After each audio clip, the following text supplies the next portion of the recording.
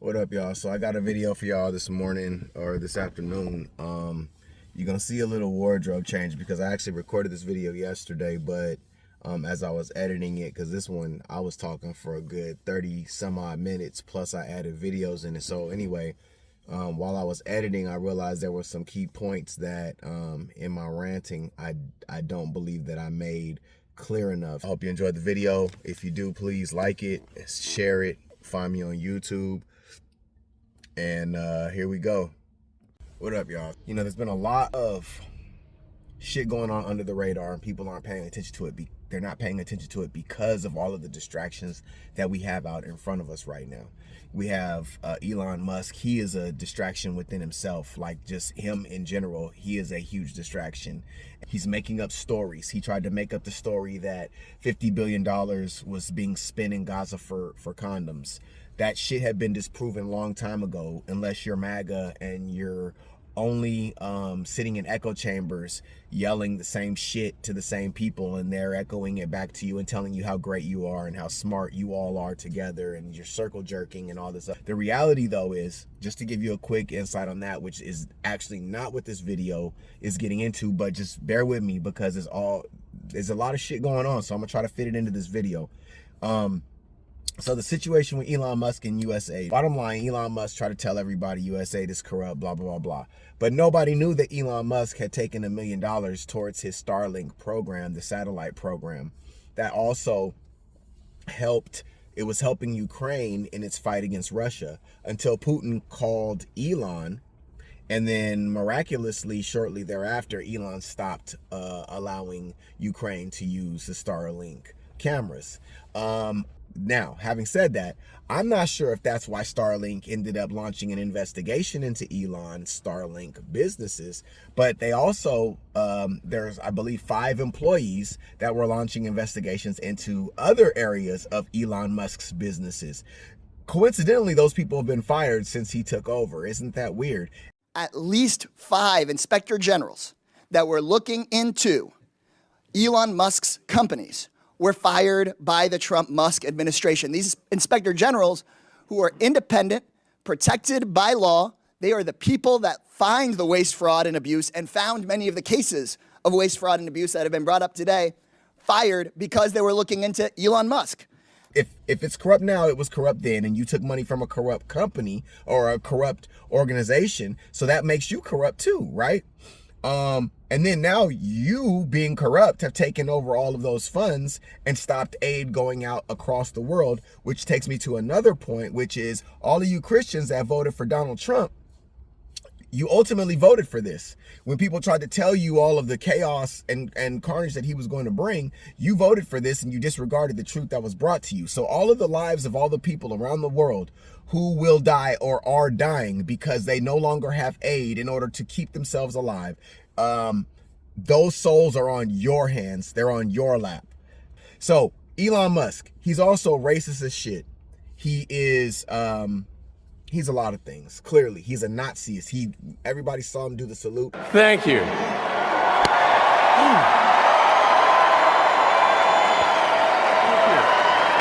My heart goes out to you. Bottom line is, the man is a Nazi enthusiast if he's not a Nazi himself. Trump has been hiring people into his staff that are also white supremacists, racist, Nazis, Nazi enthusiasts. So anyway, all of that leads me to this video that I'm getting ready to show you.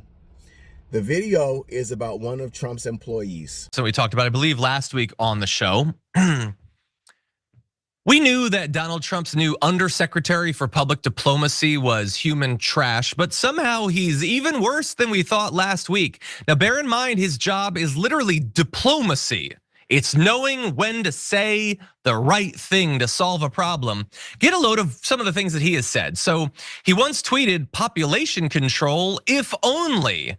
And that's not the worst part. The worst part is that he is, quote, replying to his own thing, which is weird enough. But that's where he says higher quality humans are subsidizing the fertility of lower quality humans. Foundational reality of social and political life in the post-war West. So there's high quality humans, there's low quality humans, and we should population control the low quality ones. I wonder which groups are the low quality ones.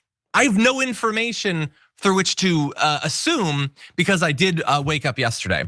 And so let's see. He also references that it's terrible that abortion is legal, but quote, the idea of offering feral populations financial incentives for voluntary sterilization is completely taboo. And look, I apologize. We are referencing stuff that he posted a long time ago. These were tweets from 2023 and 2024, which I think was 50 to 60 years ago. So maybe I'm dredging up old stuff here, but let's see.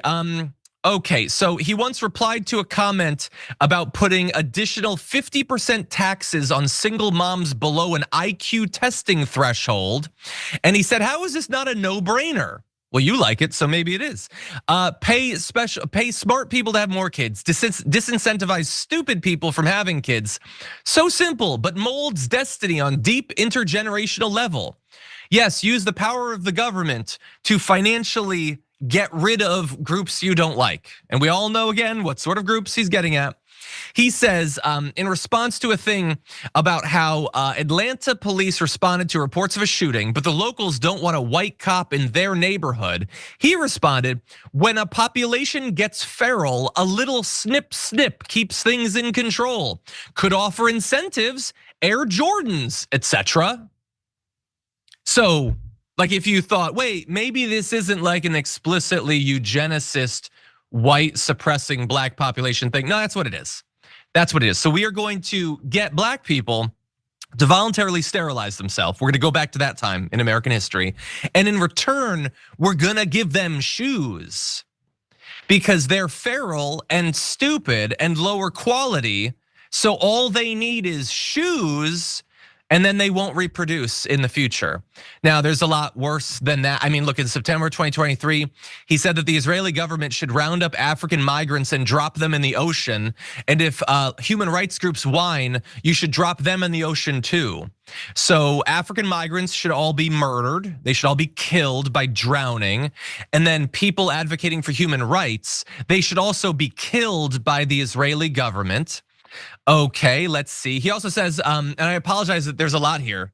This guy was very active in saying his insane things that should disqualify him from any position in public life. He said, it's not politically correct to say, but low IQ, low impulse control populations lack higher reasoning and moral faculties. They require strict corporal punishment and threat of violence to function properly within a society.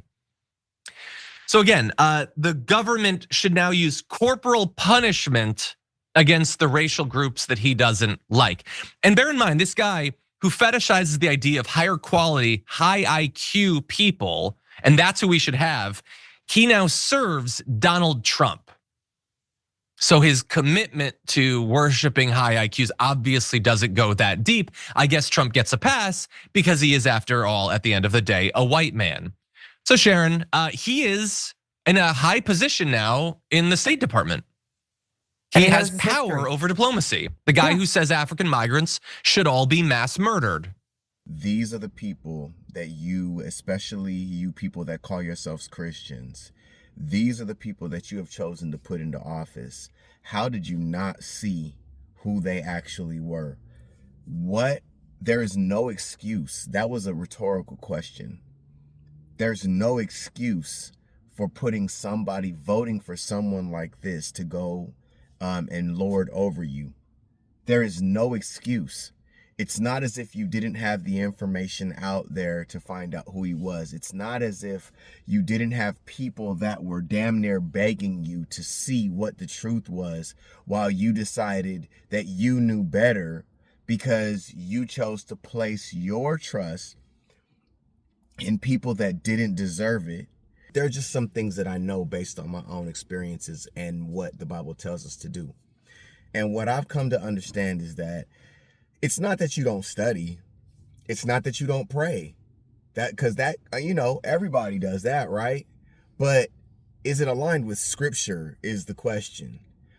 Are the things that you're doing aligned with what Scripture tells us to do is the question while you're doing those things. See, if there's one thing I've come to understand about Americans, especially white America, just based on its origins, we all do it in our own way until we fucking wake up.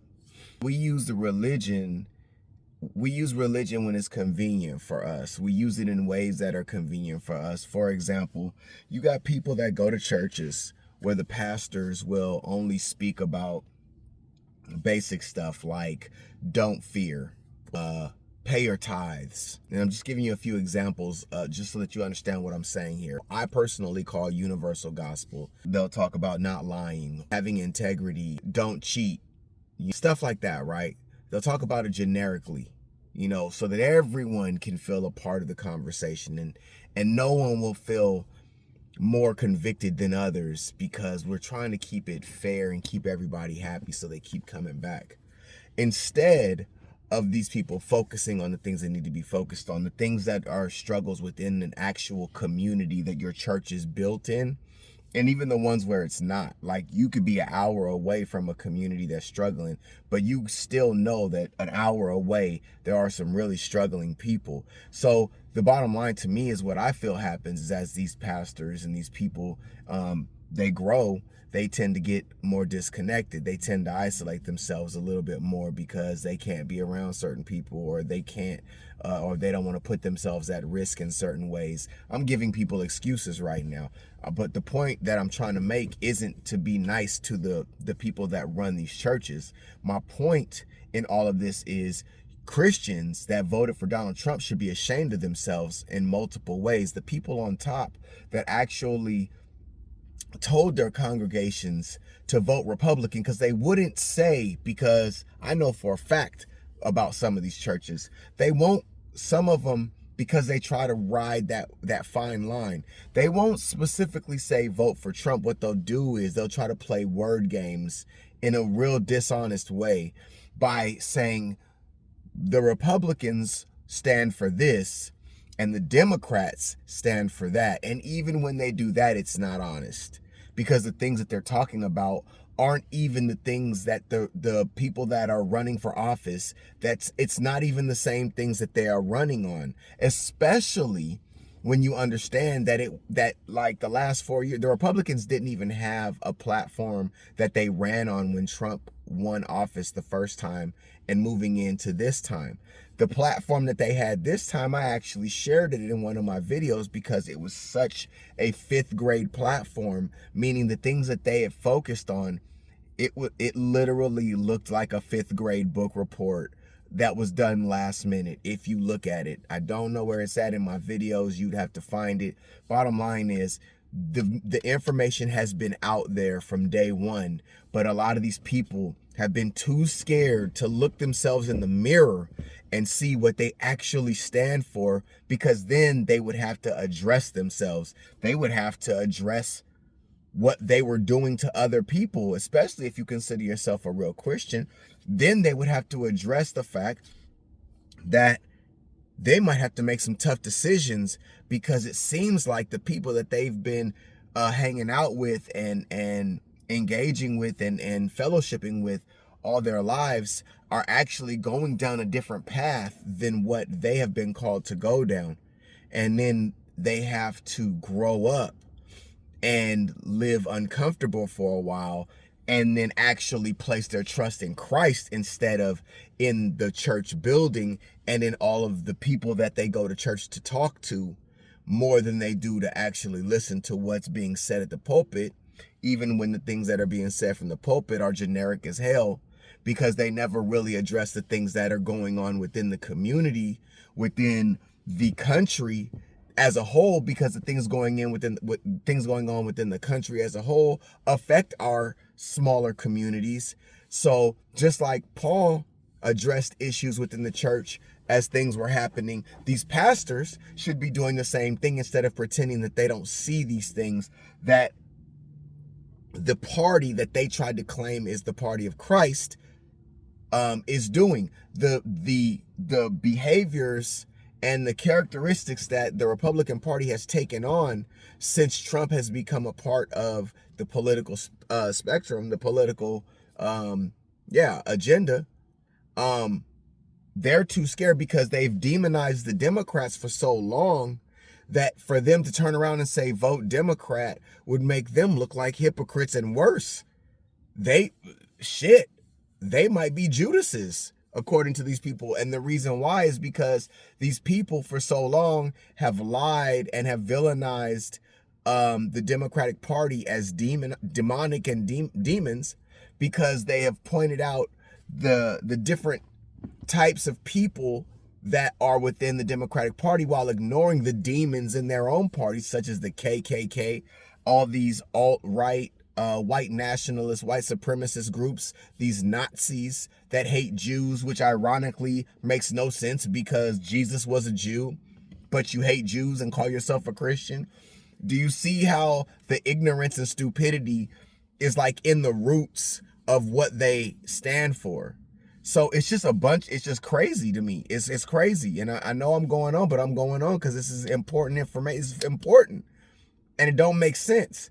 And these people need to be held accountable. And the word needs to get out. And people need to echo this stuff. Now things have gotten so much worse because we got Trump in office, this racist ass man who idolizes dictators, who is not a Christian. You got this man in office trying to milk the government for everything that he can, because he learned from his first term on what he can get away with and what he can't. He's got the other greediest man and richest man on the planet literally in his pocket, or actually the richest man on the planet has Trump in his pocket, and he's over here running our Treasury Department, potentially installing spyware, malware, who knows where. You know what I'm saying? I'm not a computer tech, but I do know that I'm not stupid either. And everything that we've seen up to this point has ended up, all of the things that we thought were going to happen were happening.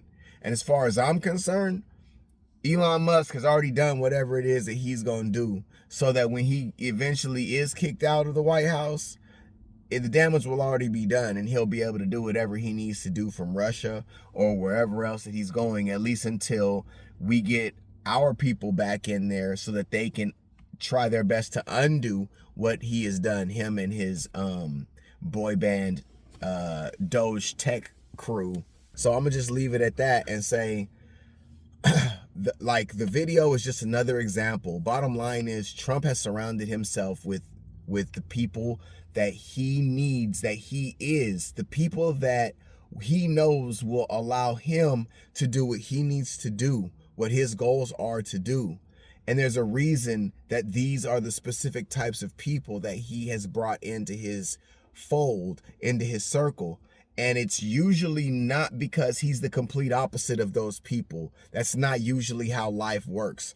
And so unless you're a delusional, mentally ill Republican, especially those that like to call themselves MAGA these days, do me a favor, and if you appreciate, if you agree, share it, like it. We need to get these words out, bro. If you agree with what I'm saying, help me to push to spread this word.